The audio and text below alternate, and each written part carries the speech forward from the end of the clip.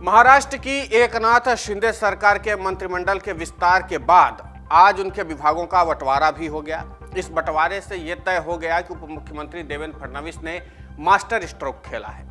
CM का पद एकनाथ शिंदे को भले ही मिल गया हो, लेकिन बाकी ज्यादातर पावरफुल विभाग फडणवीस ने अपने हाथ में रखा है। फडणवीस ने न सिर्फ महाविकास अघाड़ी सरकार के वक्त के उप मुख्यमंत्री अजित पवार और गृह मंत्री दिलीप वलसे पाटिल का खाता अपने पास रखा है, बल्कि एनसीपी अध्यक्ष जयंत पाटिल और जितेंद्र आव्हाड का भी खाता अपने पास रखा है।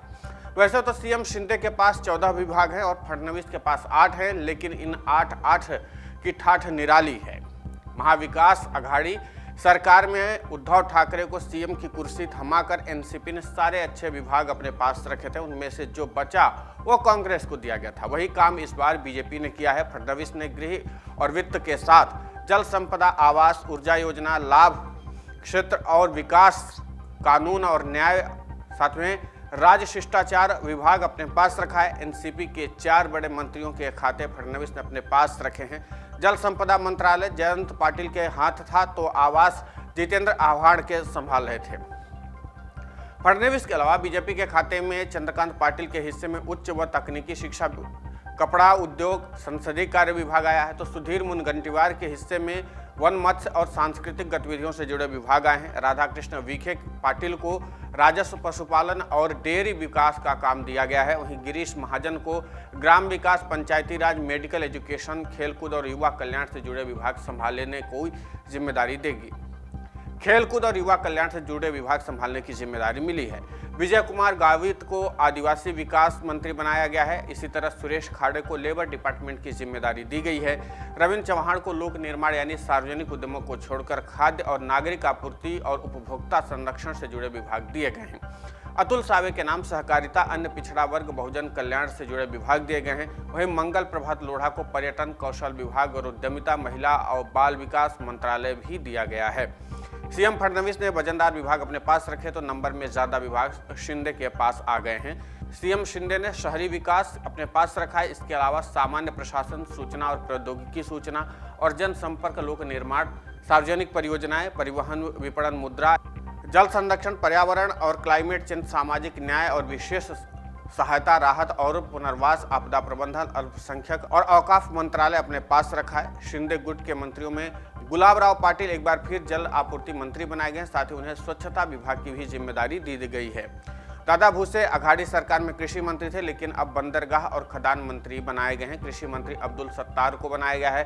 संजय राठौड़ को खाद्य और औषधि प्रशासन का विभाग दिया गया है। सत्तार का नाम टीटी घोटाले में आ रहा है और संजय राठौड़ पर टिकटॉक स्टार पूजा चव्हाण की हत्या का भी इल्जाम लगा था। इस वजह से राठौड़ को अघाड़ी सरकार में वन मंत्री पद से इस्तीफा देना पड़ा था, लेकिन एकनाथ शिंदे इन दोनों पर खासे मेहरबान हैं। इसके अलावा संदीप भूमरे को रोजगार गारंटी योजना और बागवानी की जिम्मेदारी दी गई है। उदय सावंत को उद्योग और अजीत सावंत को सार्वजनिक स्वास्थ्य और परिवार कल्याण मंत्रालय दिया गया है। शंभूराज देसाई को राज्य उत्पाद शुल्क विभाग दिया गया। शिंदे गुट के प्रवक्ता दीपक केसरकर को स्कूली शिक्षा और मराठी भाषा विभाग दिया गया है, लेकिन दीपक केसरकर अपने विभाग से असंतुष्ट हैं। उन्होंने खुलकर नाराजगी जाहिर की है। उन्होंने कहा कि उनका विभाग उनके कोंकण क्षेत्र के लिए किसी काम का नहीं है। ये विभाग मराठवाड़ा के किसी मंत्री को दिया जाना चाहिए था।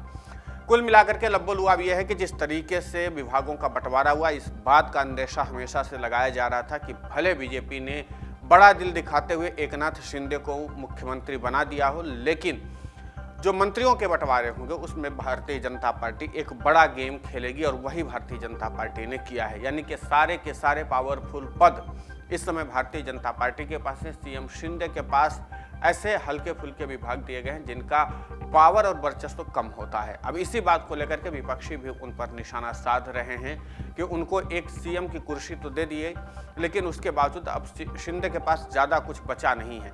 यानी शिंदे अब एक 100 पीस बन करके रह गए। ये विपक्षियों की तरफ से आरोप लगाए जा रहे हैं। देखने लायक बात ये होगी कि जिस तरीके से कैबिनेट का विस्तार हुआ और फिर उसके बाद विभागों के बंटवारे हुए हैं, अभी और मंत्रियों का आना बाकी है। उनको क्या दिया जाता है, क्योंकि ये कई चरणों में मंत्रियों का विभाग बांटा जाएगा और कई चरणों में मंत्री इसमें विस्तारित किए जाएंगे।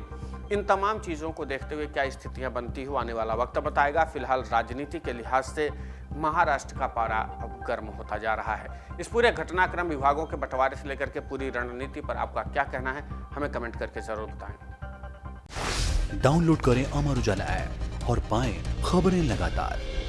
अगर आप ये वीडियो YouTube पर देख रहे हैं तो हमारे चैनल को सब्सक्राइब करें और बेल आइकन को दबाना ना भूलें। अगर आप Facebook पर ये वीडियो देख रहे हैं तो हमारे पेज को लाइक करें।